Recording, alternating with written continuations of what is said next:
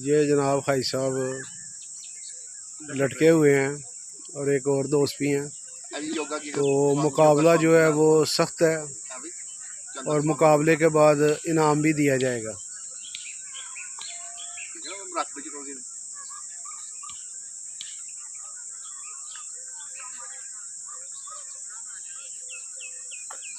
जनाब इस वक्त 27-28 सेकंड जो है ना वो हो गए हैं, 30 सेकंड। और जो साथ वाले दोस्त हैं वो अभी नए नए हैं, तो हिम्मत नहीं हिम्मत से वो काम ले रहे हैं हाजी साहब के साथ। तो 44 सेकंड 45, माशाल्लाह जी माशाल्लाह, ज़बरदस्त जी। आज लगता है ये दोस्त जो है ना ये हाजी साहब के ऊपर सबकत ले जाएंगे।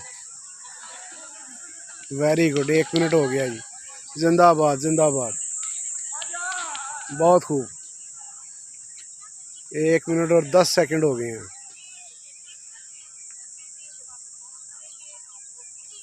तो हाजी साहब भी अपना जनाब माशाल्लाह इस वक्त सो गए हैं। 1 मिनट 22 सेकंड के ऊपर दूसरे दोस्त जो है ना दम मुसाफिर हो गए हैं।